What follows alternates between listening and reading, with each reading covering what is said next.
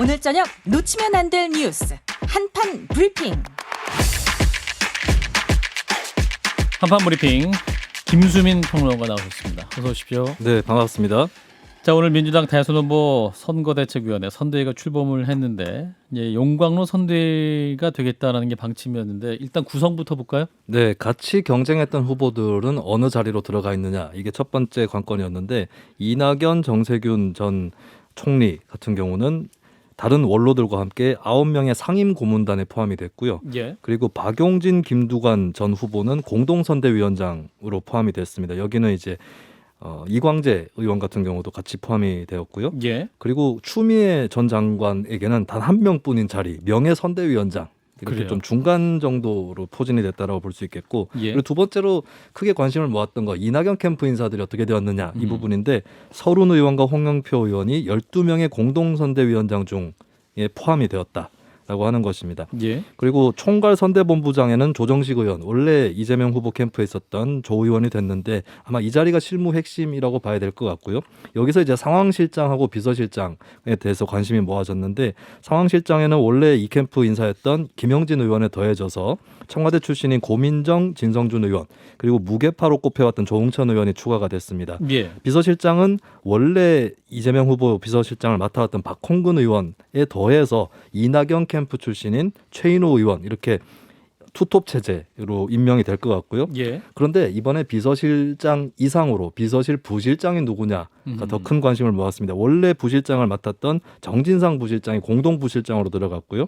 그리고 청와대 출신인 전준호 의원, 또 이낙연 캠프 출신인 허종식 의원, 또 추미애 캠프 출신인 강희용 전 당대표 정무조정실장, 이렇게 공동 부실장 체제가 꾸려졌는데, 예. 아마 부실장 간의 업무 분장이 있을 것이고, 그러면 이 각 실장들이 어떤 업무를 맡을지 이 부분도 추후에 또 지켜볼 만한 포인트인 것 같습니다. 예. 비서실 부실장이 그러니까 양정철 전 민주연구원장도 그 과거에 맡았던 역할이기 때문에 그렇습니다. 핵심 실세 중에 실세가 가는 자리가 아니냐 해서 좀 관심이 있는데 네. 이 부분도 관심 포인트가 될 것 같고요. 한편 오늘 이재명 후보의 연설에는 그 대장도 언급은 없었습니다만 부동산 위기를 대전환의 기회로 삼겠다 하면서 부동산은 강조를 했군요. 네, 그렇습니다. 일단은 이재명 후보의 연설 한 대목 먼저 들어보시겠습니다. 부동산 문제로 우리 국민들께 너무나 많은 고통과 좌절을 안겨드렸습니다. 그러나 이재명 정부에서는 이런 일이 다시는 발생하지 않을 것입니다. 박정희 대통령이 경부고속도로를 만들어서 제조업 중심 산업화의 길을 열었던 것처럼 이재명 정부는 탈탄소 시대를 질주하며 새로운 미래를 열어나갈 에너지 고속도로를 설치하겠습니다. 예. 네. 자, 오늘 민주당 대선 후보 선대위 현장 들으셨는데요. 네, 방금 들으셨다시피 개발 이익을 환수해서 불로소득을 차단하겠다. 이 부동산 정책의 큰 기조에 대해서 얘기한 것이 가장 주목을 받은 부분이었고요. 예. 그리고 한편으로는 박정희 전 대통령 언급한 대목도 있었습니다. 박정희 경부고속도로로 산업화의 길을 열었다면 이재명은 에너지 고속도로를 까겠다라고 한 것인데, 민주당 계열 정치인이 아닌 전직 대통령 박정희 전 대통령을 언급한 것, 이것도 앞으로 눈길을 모을 것 같습니다. 예, 유권자들의 어떤 메시지가 됐고 이에 대한 또 반응도 여론조사 추이를 보면 또 분석을 할 수 있을 것 같은데요. 자, 일단 용광로 선대위 맞습니까? 진 작가님부터. 그렇게 보이지는 않는 것 같고 그런가요? 대강 형식은 좀 갖춘 것 같고, 네. 그다음 선대위를 어떻게 꾸리느냐보다도 그 지지층이 문제거든요. 지지층의 결합이 과연 이루어졌느냐라고 했을 때 제가 여기저기 돌아다니면서 좀 보니까 그 지지층과의 그 결합은 아직 좀 먼 것 같습니다. 시간이 좀 더 필요한 것 같고, 그래서 뭐 용광로 선대라고 이름을 붙였는데 굉장히 메머드급이지 않습니까? 이게 과연 얼마나 효율적으로 움직일 것인지, 아니면 정말로 우리가 용광로가 됐다라는 어떤 상징적인 효과를 위해 가지고 과시하는 것인지 잘 모르겠습니다. 근데 예. 분명하게도 아직은 뭐랄까 그 유권자들 사이에서의 용광로는 아직 멀었다. 한 그릇에 담겨 있기도 좀 힘든 물과 기름처럼 이렇게 떠 있는 상태고, 사실 더 정확하게 말하면 끓는 기름 위에 물방울, 떨어지는 물방울이랄까요? 오히려 이런 상태라는 거거든요. 그래서 일단은 뭐 선대를 꾸렸으니까 앞으로 이제 그 이낙연을 지지했던 이런 분들의 마음을 돌리기 위해서 뭔가 좀 특단의 조치들이 계속 있어야 되지 않을까 싶어요. 예. 아직까지는 좀 후유증이 남아 있는 것이 아니냐 이런 판단이신 것 같고 김상희 소장님.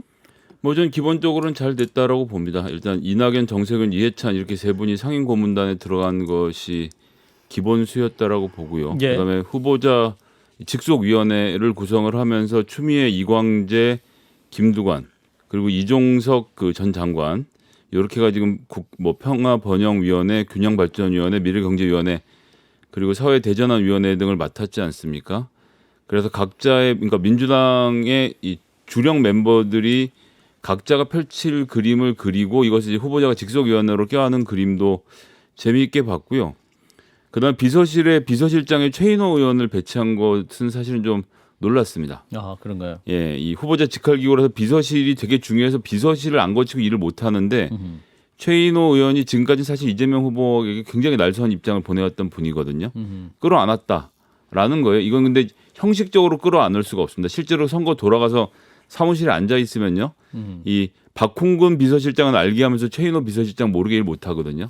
그러니까 이제 이거는 이재명 후보가 난 이건 내놓고 하겠다라고 정확히 입장을 밝혔다라고 보여지고요. 예. 그 다음에 중요한 거는 중앙선거대책본부 구성인데 거기서도 이제 조정식 의원이 본부장을 맡으면서 상황실장에 조응천, 김영진 이렇게 뭐 다른 분들보다는 이렇게 두 분이 들어간 것은 마찬가지로 예, 여기가 결국 이제 핵심적인 역할을 하게 되고 청와대에 들어가도 되게 중요한 일을 물론 이분들은 의원이니까 들어가시지는 않습니다만 이렇게 움직이게 되는 파트에 본인 측근들만 쓰지 않았다는 점에서 이게 사실 이 선수들끼리 이런 정도 하면 저 혼자는 못 하겠습니다. 제발 좀 도와주십시오라고 이재명 후보가 확 열어놓은 그림으로 봐야 되는 것 같습니다. 예. 김 소장님 해석은 용광로 맞다. 뭐 실제로 이재명 캠프 가지고는 대선을 치를 수 없다는 것을 이재명 후보가 가장 정확하게 보고 확 열은 거라고 봐야 될 것 같습니다. 김수현 평론가. 네. 일단은 현재 갖춰져 있는 구성을 봤을 때는 여러 계파에 대한 안배, 특히 패배한 이낙연 캠프 쪽에 대한 배려 이런 것들은 이루어졌다라고 볼 수가 있겠죠. 근데 이제 틀과 인사의 구성 이것만으로 앞으로의 캠프의 운용을 내다볼 수 있을 거냐 했을 때 결국에 후보가 어떤 행보를 하느냐 이 부분이 좀 중요해 보이거든요. 예. 근데 어쨌든 저는 이 구성 인사 구성 자체는 좀 탕평적으로 했다라고 볼 수 있겠는데 예. 현재 긴급재난지원금 전국민 지급이라든지 이런 부분에 대해서는 이재명 후보가 어쨌든 후보로서의 이니셔티브를 갖고 주도하고 있는 그림이에요. 그렇죠. 근데 이것이 이제 앞으로의 어떤 정책적 단일 대우를 형성하는데 어떤 영향을 끼칠지 예, 그 부분은 조금 다른 문제이고 지켜봐야 될 부분인 것 같습니다. 저희가 이제 대선 인물 탐구에서 이제 우리 김수민 평론가가 이재명 후보에 대해서 21세기 새마을 운동가다 이렇게 말씀하셨는데 오늘 또 공교롭게도 연설에서 박정희 전 대통령을 소환 고속도로 얘기를 네. 했습니다. 자, 이 부분은 또 어떻게 들으셨는지 진 작가님부터. 그러니까 사실은 그 문재인 정권이 갖고 있는 기본 노선에서 이탈한 거거든요. 원래는 이제 전통적으로는 저쪽은 분배 정책이었고 예. 그다음에 보수 쪽은 이제 성장 담론이었지 않습니까? 예. 그런데 그 성장 담론을 이제 끌고 왔다라는 것은 그 소득주도 성장론이라는 것 자체가 사실은 실패했다는 것을 이제 자인한 거고 그래서 보수의 프레임을 끌고 온 거고요. 부동산 문제도 마찬가지죠. 부동산도 원래는 저쪽에서는 공급의 문제가 아니라 그 이제 투기 세력이라든지 수요를 억제하는 이런 쪽으로 가는 게 그쪽 원래 전통적인 정책이었는데 그것도 뒤집어서 뭐 엄청나게 공급을 쏟아나겠다라고 얘기를 해서 사실은 보수의 프레임으로 좀 넘어간 측면이 있는 거고 조금 황당했던 건 이런 부분이거든요. 그 연설문에 보면은 국민이 맡긴 인허가권 권력의 행사로 생기는 개발이익, 국민의 세금을 집행하며 생기는 불로소득은 토건 세력과 부패한 정치인이 아니라 바로 우리 국민 모두가 가져야 합니다. 근데 이 말을 할 자격이 되느냐라는 거예요. 대장동에서. 그러니까 적어도 이 부분은 제가 잘못했습니다라고 얘기를 해야 되는데 본인이 나서서 이런 말을 하니까 국민들이 들을 때 황당한 거거든요. 이거 도대체 적어도 다른 사람은 몰라도 이재명 후보는 이 말할 자격이 없다라고 느끼고 있거든요. 그래서 그 분명하게 좀 맺고 넘어가야 될 것 같아요. 그러니까 그 부분은 분명히 내가 잘못했고 무능했다. 이걸 갖다가 사과를 한 다음에 이제 그 다음에 그런 일이 없겠다라고 얘기를 해야 되는데 지금도 보게 되면 그 사업은 너무너무 잘된 사업이다. 그리고 뭐 무한적으로 막 공급을 하겠다라고 하는데 그럼 대한민국 전체가 대장동이 되는 것 아닌가? 그게 정말 단군 이래 최대의 공익 환수 사업이다라고 믿는다면 또 그렇게 만들지 않을까? 그다음에 나중에 끝난 다음에 나는 몰랐다라고 하고 그렇게 나가지 않을까라는 이제 우려감을 오히려 주는 부분이라고 봐요. 김성현 소장님. 저는 뭐 전반적으로 연설이 잘 됐고 뭐 박정희 대통령에 대한 언급한 부분 이런 것들이 그러니까 지금까지 진보의 가치를 우선시했던 민주당의 진영에서 실용으로 가겠다라는 선언을 한 것이고요. DJP 연합 때 생각해 보시면 DJ랑 JP 소위 말하는 김대중, 김종필 연합을 할 때 5%밖에 안 되는 지지율의 정권의 절반을 내주지 않았습니까? 예. 그런데 결국 운영을 하다 보면 남는 것은 김대중 대통령 한 사람이었거든요. 이재명 후보도 이기는 절반을 득하기 위해선 누구하고도 손잡을 수 있다라는 전 입장을 밝힌 것으로 보고요. 예. 예, 대선 국면에 있어서는 가장 적절한 선택이었다라고 생각합니다. 우리끼리만 할 수 있다라는 생각을 버렸다는 것이 선대위 구성에서도 그렇고 발언에서도 그렇고 과반을 넘기 위해서 무엇이라도 하겠다는 자세가 분명히 좀 서 있다는 점은 좀 칭찬해주고 싶네요. 김수현 평론가. 네, 이 박정희 전 대통령하고 결부시키는 전략은 좀 이중적인 효과가 있을 것 같아요. 그러니까 어떤 쪽에서 봤을 때는 그런 추진력, 국가의 개입 이런 게 필요하다라고 생각이 돼서 민주당 지지층이 아닌 쪽에서도 어느 정도 호응하는 쪽이 있을 것이고 반대로 현재 시대에 맞는 리더십이 박정희 전 대통령하고 비슷한 하면 된다식 리더십인가 또 이제 국가의 개입이라는 것이 지나치면은 위험한 것이 아니냐 이렇게 생각하는 쪽에서는 또 거부감을 비출 수 있을 것 같습니다. 이 부분에 대해서는 어쨌든 글쎄요 승부수를 던졌다라고 볼 수 있는 게 어느 쪽이 더 여론에서 더 크게 나타날지는 알 수 없는 부분이거든요. 예. 어쨌든 간에 이재명 후보가 갖고 있는 공공의 적극적인 개입을 주창해왔던 그 이미지 이런 것들을 계속해서 살려나가겠다라고 하는 그러면서도 중도 확장을 꾀하겠다라고 했을 때 나오는 카드가 결국에 박정희 전 대통령 였던 것 같습니다. 그리고 흥미롭게 지켜볼 부분은 국민의힘은 그럼 전직 대통령을 어떻게 여기에서 배치할 거냐. 예. 가장 유력시 되는 것은 아무래도 김대중 전 대통령일 것 같은데 예, 국민의힘에서 김대중 전 대통령을 또 어떻게 언급할지 이런 부분도 같이 지켜볼 만하겠습니다. 예. 나중에 이제 국민의힘 최종 후보가 선출이 되면 그 이후에 또 어떤 메시지가 나올지 이 부분도 한번 포인트 갖고 봐야 될 것 같군요. 자, 다음 뉴스. 오늘 그 고발 사주 의혹이 연루된 손준성 검사 공수처 이제 그 수사 착수 55일 만인가요? 공수처의 첫 소환 조사가 있었는데 아직도 하고 있는 것 같습니다. 핵심 쟁점 짚어주실까요?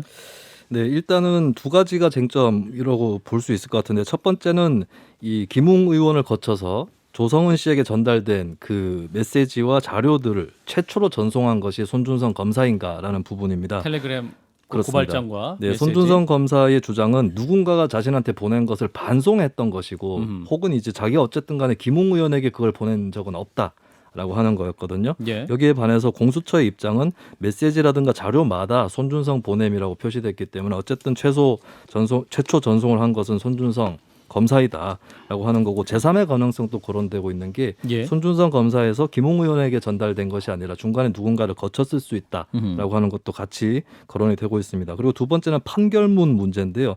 그 고발장에 보면 판결문이 같이 자료로 들어가 있는데 예. 이 고발장이 김웅 의원에게 도착을 한 것은 4월 3일입니다. 작년에. 근데 4월 3일 오전에 이 손준성 검사와 같은 부서에서 일하는 검사가 지아무개 씨 당시 검언 유착 의혹 관련해서 예. 거론되던 지아무개 씨 판결문을 열람을 한 기록이 있고 그 전날에도 어떤 키워드를 뭐 이철 신라젠 이런 것들을 검색해서 했던 판결문을 찾아본 기록이 있다라고 하는 건데 이것이 이제 혹시 뭐 조직적인 어떤 그런 일을 한 것인지 이 부분이 이제 관건이 되고 있습니다. 그리고 어쨌든 이번 소환 조사가 오늘로 마무리될 것은 아니다라는 전망이 많이 나오는데 내일 김웅 의원을 소환해서 조사를 할 예정이고 추가로 손준성 검사를 또 소환할 가능성이 있다. 그런 의미에서 11월 5일 국민의힘 경선 전에 이 수사가 마무리되거나 뭐 중대 고비를 넘어설 가능성은 조금 낮아 보인다. 이런 관측들이 나오고 있습니다. 예. 결국 김웅 의원의 진술도 핵심적으로 역할을 하게 되겠죠.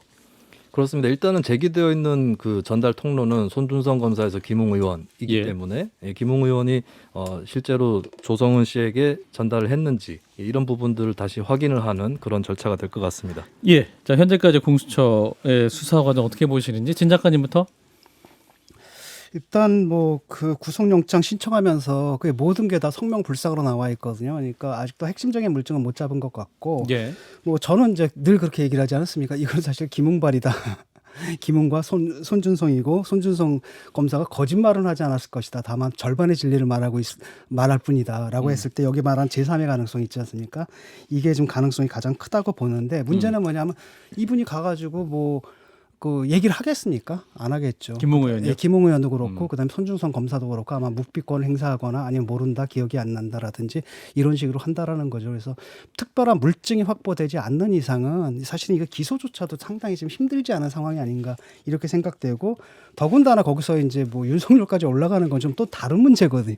그건 지금 뭐그 구속영장에 잔뜩 이름을 적어놨는데 실제로는 그 연결고리는 딱 끊어져 있는 상태고 사실 실질적으로 그 시나리오 자체가 좀 비합리적이잖아요. 왜냐하면 직접 고소하지 왜 남을 시켜? 그다음에 왜냐하면 윤석열 총장은 남들을 갖다가 직접 고소한 적이 있고 한동훈 검사장도 남들을 직접 고소한 적이 있는데 그걸 왜 위험하게 남을 시키느냐라는 문제에 대해서 그쪽에서 의혹을 제기하는 분들이 합리적인 대답을 내놔야 할 사안이라고 봐요. 예. 네, 김성현 소장님.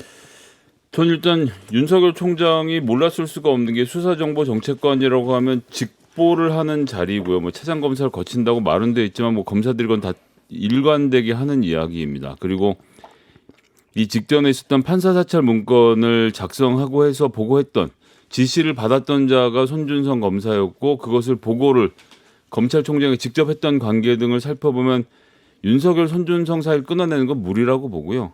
그러니까 다른 말로 하면 윤석열 검찰총장이 자기 밑에서 그 수사정보정책관이 제1야당하고 이 언론인들을 고발하는 행위를 몰랐다 그러면 무능이고 알았다 그러면 이거 범죄인 거죠. 예, 어느 쪽으로도 피해갈 수 없다라고 생각을 하고요.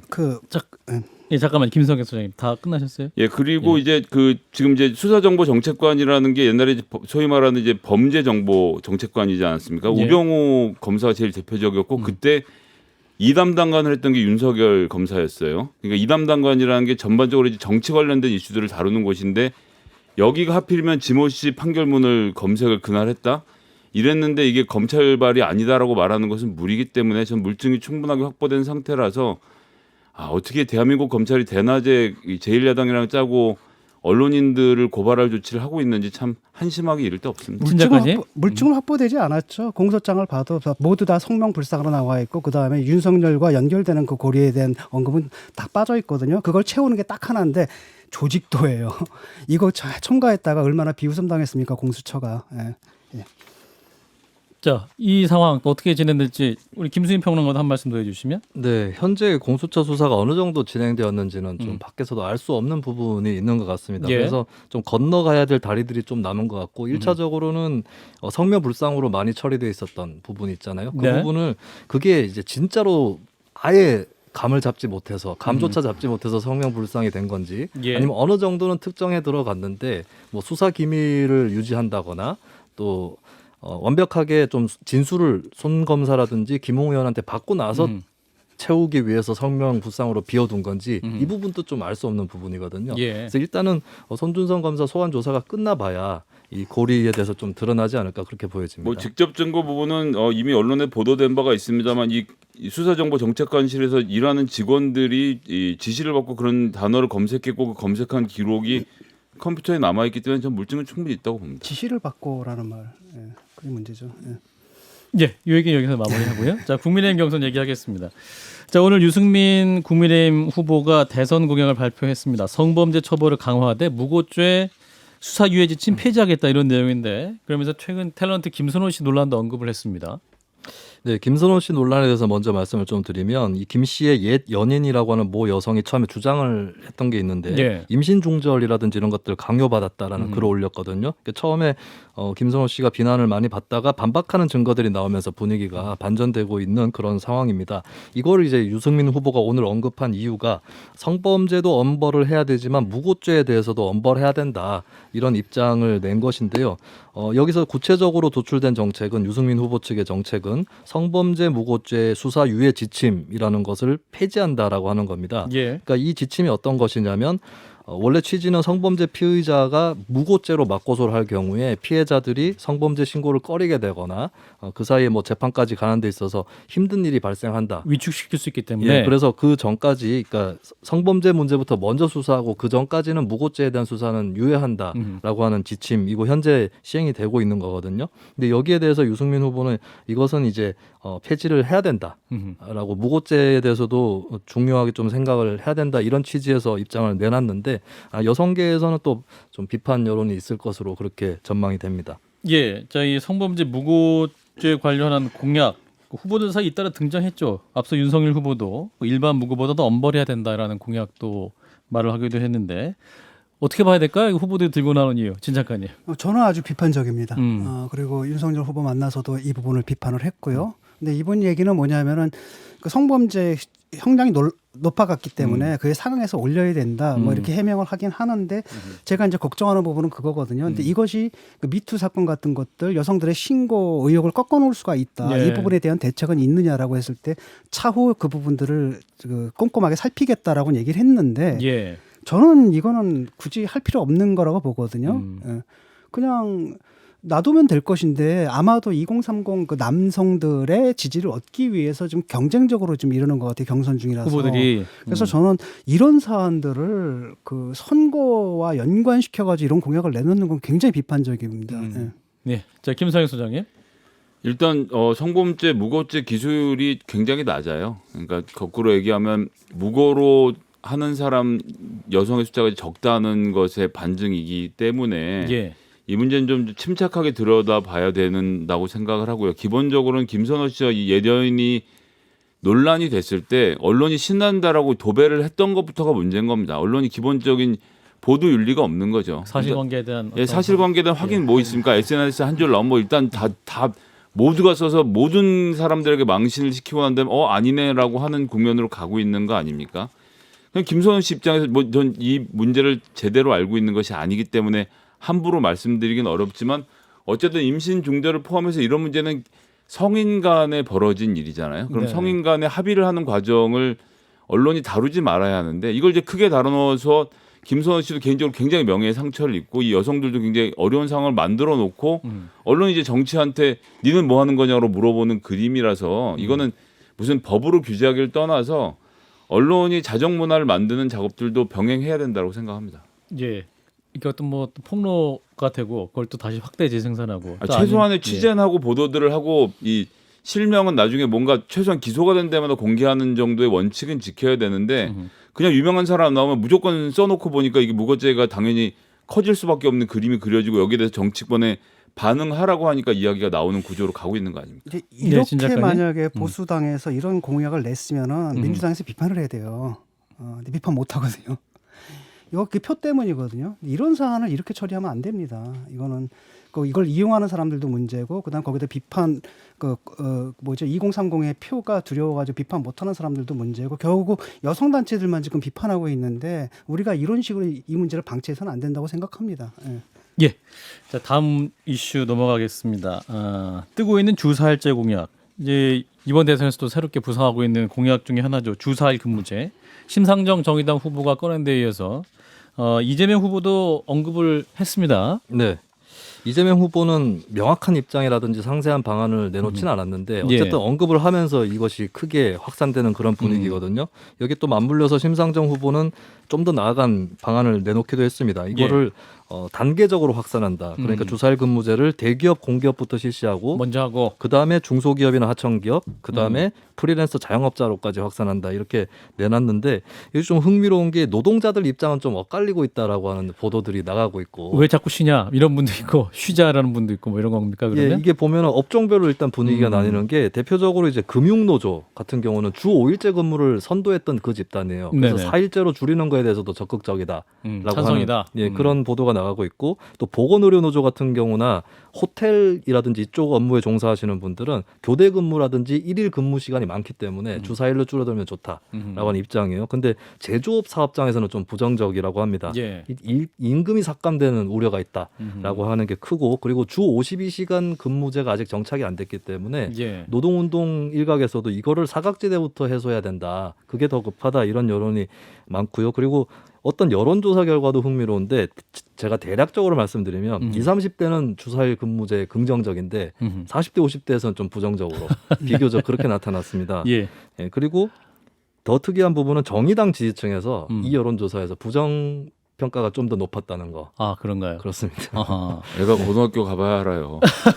이게 무슨 말씀이세요 고등학교? 아니 그 이제 뭐 농담으로 한 얘기인데요. 예. 20, 30대가 경제적으로 들어가는 비용과 40, 50대 우리나라에서 40, 50대가 경제적으로 들어가는 비용을 생각했을 땐 40, 50대 이 노동자들, 남성 여성 할 거 없이 잔업이고 뭐고 다 해서 아이들을 뒷바라지하고자 하는 그런 학원비. 욕망이 되게 크잖아요. 뭐 예. 이제 그런 것들이 사실은 굉장히 많은 비용을 차지하고 뭐 학교를 가면 대학교 학비도 지금 만만치 않기 때문에 그러네요. 그리고 몇 살에 잘릴지 모르는데 벌 수 있을 때 최대한 벌어놔야 되는데 주 4일 노동 이렇게 되면 되게 요원한 그림으로 느껴지겠죠. 아마도 예.